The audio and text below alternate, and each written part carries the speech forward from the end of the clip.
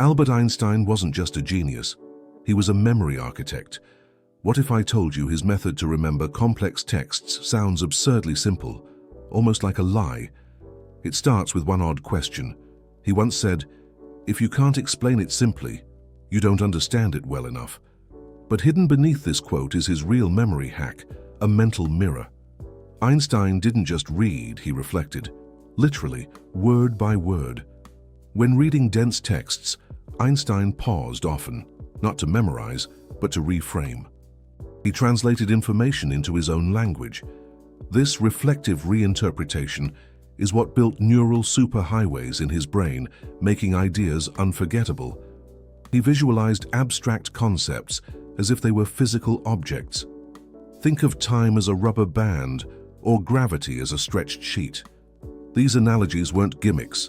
They were Einstein's way of embedding knowledge deep into memory.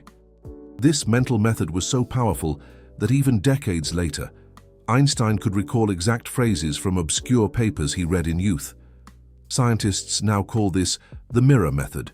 Reflect, reframe, reimagine. Modern neuroscience confirms what Einstein practiced. The more actively you manipulate information in your mind, the more durable the memory trace becomes. Einstein's trick wasn't memorization. It was transformation. Imagine reading a physics book and turning every idea into a personal analogy. You're not memorizing, you're internalizing. Einstein turned reading into a rehearsal of understanding. That's why he remembered everything that mattered. Today, we'll unlock this mind-altering technique, not with shallow tips, but through Einstein's actual mental process. By the end of this video, you'll be equipped with a cognitive tool that feels like magic, but is backed by hard science. Ready to discover the Einstein way of never forgetting what you read? Let's decode this mental mirror. Agora, vou desenvolver a jornada em 4 blocos de 20 parágrafos, com exatamente 45 palavras cada. Vamos começar o primeiro bloco. Albert Einstein didn't rely on rote memorization. Instead, he treated every text like a problem to be solved. He didn't passively absorb information, he interacted with it.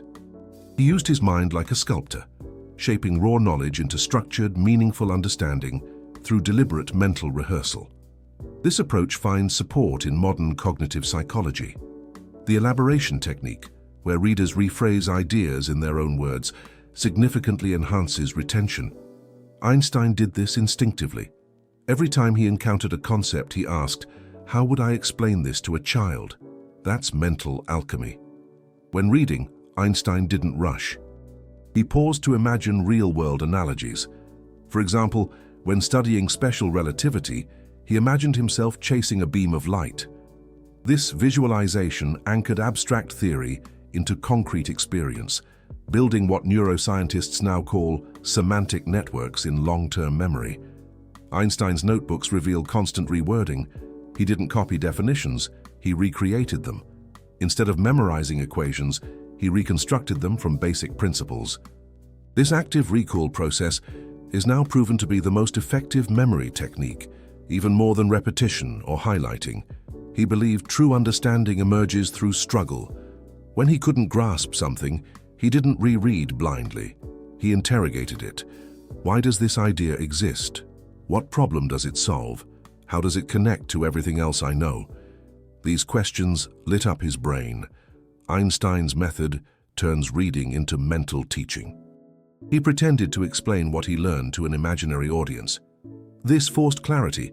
Psychologists call it the Feynman technique, but Einstein was doing it decades earlier, proof that he understood the power of articulation.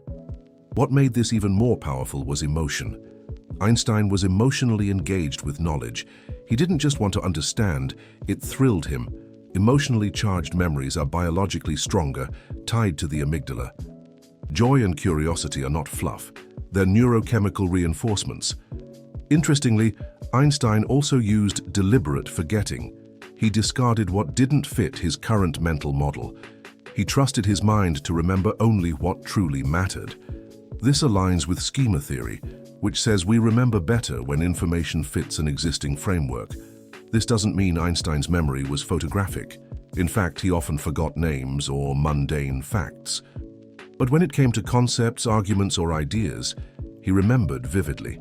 because he had transformed them. Once restructured in his mind, they became unforgettable personal constructions. A study from the University of Waterloo showed that explaining something to yourself significantly boosts retention. Einstein did this obsessively.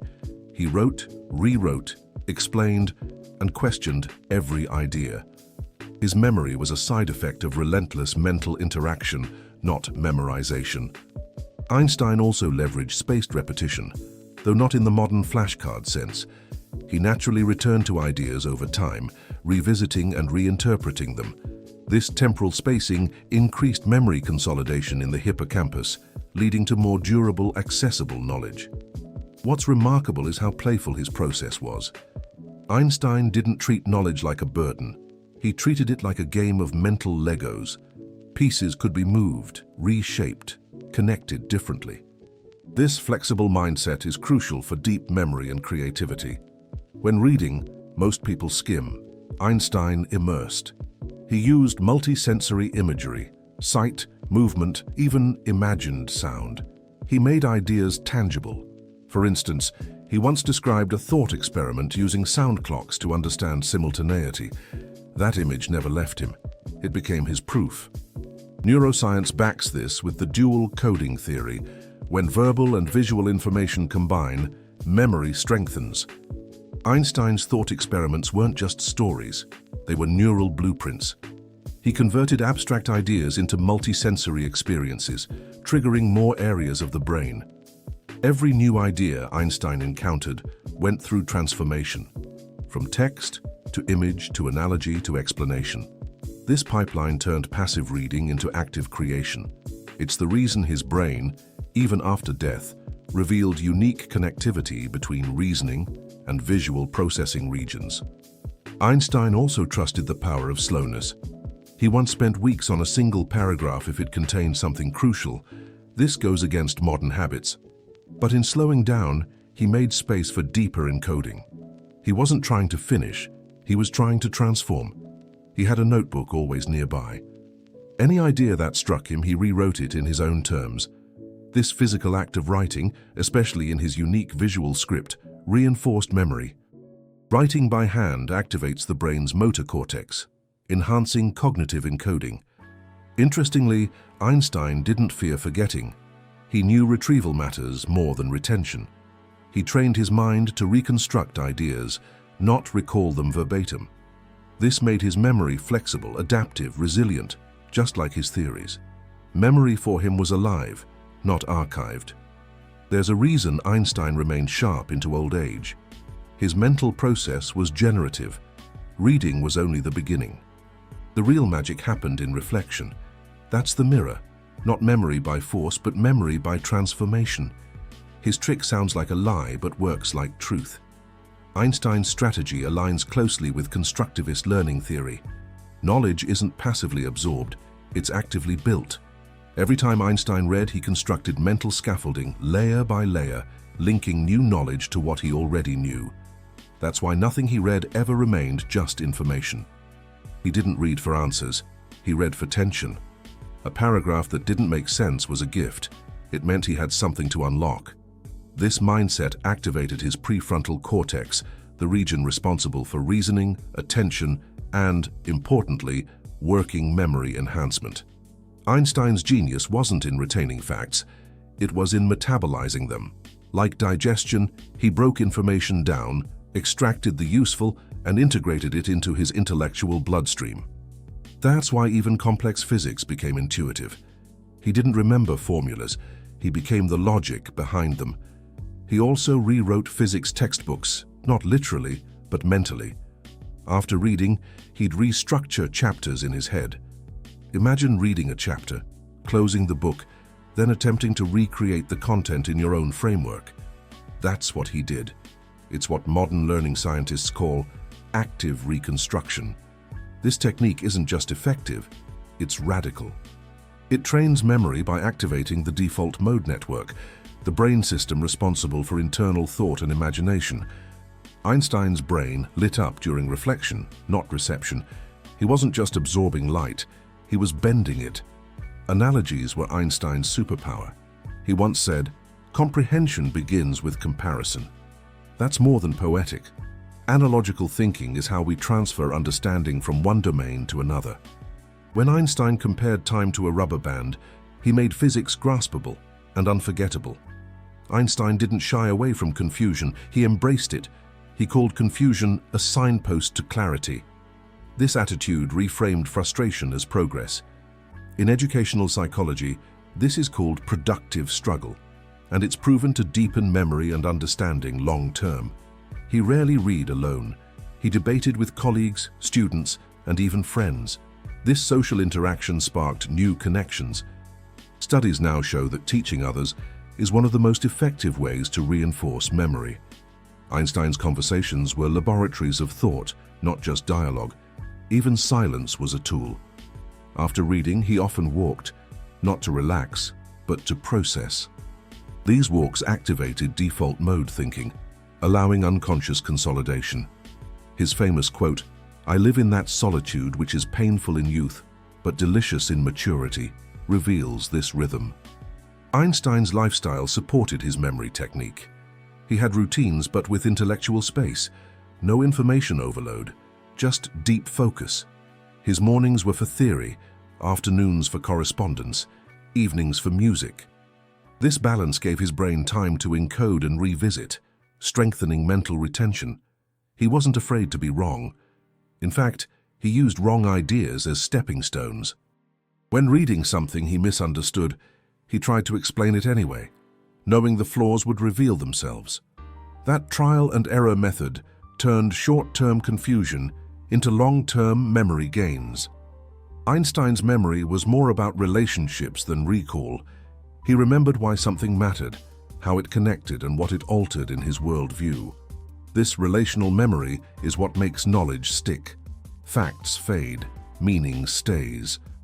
His thought experiments, like the elevator in freefall or the train lightning paradox, weren't just illustrations. They were his memory devices. The more bizarre or vivid, the better. This aligns with novelty encoding. Our brains remember what surprises, delights, or puzzles us. Einstein also avoided cognitive load. He didn't clutter his brain with excessive inputs. He read slowly, selectively, and intentionally. Modern research confirms that too much information degrades memory. Quality over quantity. Einstein lived this before science proved it. He treated every text like a living dialogue. Instead of asking, "What does this say?" he asked, "What is this trying to say, and why?" That subtle shift rewired his comprehension process. He wasn't decoding symbols, he was reading minds across time. Repetition, for Einstein, was never passive. He circled back to ideas weeks or months later, but each revisit brought a new perspective. This iterative learning built stronger neural links. Like weaving a rope, each strand added durability to the mental construct. He often used paradoxes to test memory. For instance, how can time slow down in motion? These paradoxes stuck because they provoked tension. When something challenges intuition, the brain pays more attention. That's why Einstein's own ideas were memorable, even to himself. Einstein once said, "Imagination is more important than knowledge." This wasn't romanticism, it was neuroscience. Imagination activates more brain regions than mere reading. When Einstein imagined surfing on a light beam, he wasn't daydreaming. He was encoding physics into his visual spatial memory system. His brain structure reflected this. Post-mortem studies revealed unusually dense connections between his parietal lobes, responsible for spatial reasoning and visual imagery. These physical differences supported his method. But it all began with how he chose to read and reflect. When reading, Einstein made mental movies. Every sentence sparked a scene. Every idea became a plot twist. By turning text into experience, he etched knowledge deep into his neural architecture. Not a trick, not magic, just method, memory through metaphor. Einstein's trick might sound mystical, but it's grounded in metacognition, thinking about thinking. He constantly monitored his own understanding. If something didn't feel solid, he returned, reframed or reconstructed. This awareness gave him control over learning, turning memory into a conscious process. This metacognitive loop included mental summarization. After reading, Einstein would distill pages into sentences. then sentences into single words or images. This compression process didn't lose content, it intensified it. Like reducing a sauce, flavor became more potent, meaning became easier to remember. He also employed contrast learning. When reading a new theory, he'd ask how it differed from previous ones. This comparative method strengthens distinctiveness, which helps the brain separate ideas and prevents interference, a common cause of forgetting similar information.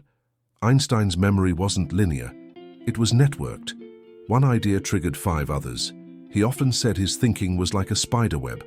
This associative structure is now confirmed by neural mapping. Memory isn't a line, it's a mesh.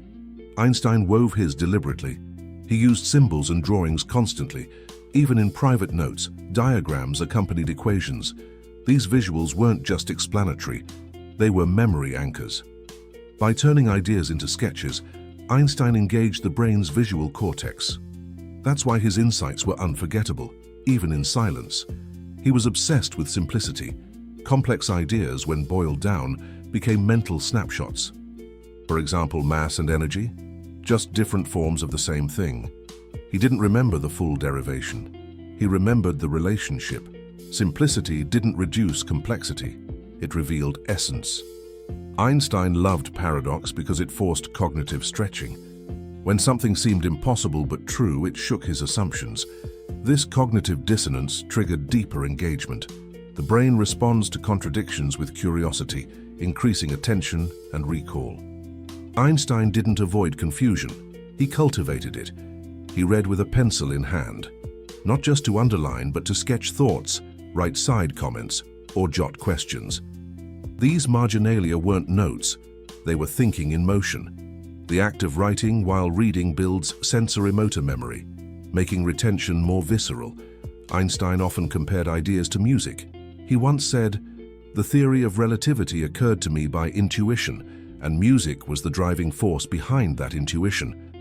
Musical structures helped him organize thoughts. Rhythm, harmony, and variation became tools of cognition. His reading spaces were quiet, simple, distraction-free. No clutter, just paper, books, and light. This environment reduced cognitive noise, allowing his full attention to lock onto ideas. It's a lesson in design. The setting for thinking affects the depth of memory. Einstein believed repetition without emotion was sterile. He repeated ideas through excitement, not obligation. That emotional resonance increased the dopaminergic response, which enhances memory encoding. When we enjoy an idea, it sticks better. That's why his curiosity wasn't optional. It was essential. He didn't rely on facts, but on frameworks. When he learned something new, he immediately looked for where it fit in his existing structure. This assimilation made retention easier. The brain loves patterns. Einstein built mental architectures that made learning feel like placement, not storage. Storytelling was central. He turned ideas into narratives, not fiction but causal sequences. If this happens, then that. By placing facts into stories, he activated the brain's episodic memory, which is stronger than semantic memory. Stories gave knowledge a heartbeat. Einstein had an incredible sense of mental economy. He didn't try to know everything. He wanted to deeply know a few things that explained many. This minimalist approach helped his memory stay clean, efficient, and potent. He chose depth over breadth. He used mistakes as memory devices. When he misunderstood something and later corrected it, the correction became more memorable. This is called the hypercorrection effect. The brain holds onto corrected errors more tightly. Einstein's humility turned wrong turns into lasting landmarks. Einstein's pace was glacial compared to ours. He read slowly, sometimes rereading a single sentence 10 times. But this slowness was strategic. It engaged deep processing, which is correlated with stronger memory formation. Slowness wasn't inefficiency, it was cognitive investment. Even humor played a role. Einstein loved jokes, puns, and irony, especially in complex discussions. Laughter triggers endorphins, which improve cognitive flexibility and reinforce learning. Joy and intelligence weren't separate. They were codependent in Einstein's memory system. He questioned authors. He argued with books. Marginal comments show he didn't trust authority. He wrestled with it. This mental opposition activated his analytical network, making learning active, not passive. Memory isn't built through agreement, it's built through confrontation. He revisited foundational concepts regularly. Instead of only reading new things, he returned to basics: space, time, light.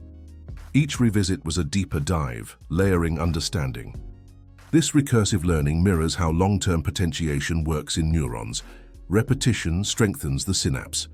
Last but not least, Einstein let ideas sleep. He often stepped away from a difficult text and came back days later. That pause allowed unconscious consolidation. Studies now show offline processing enhances retention.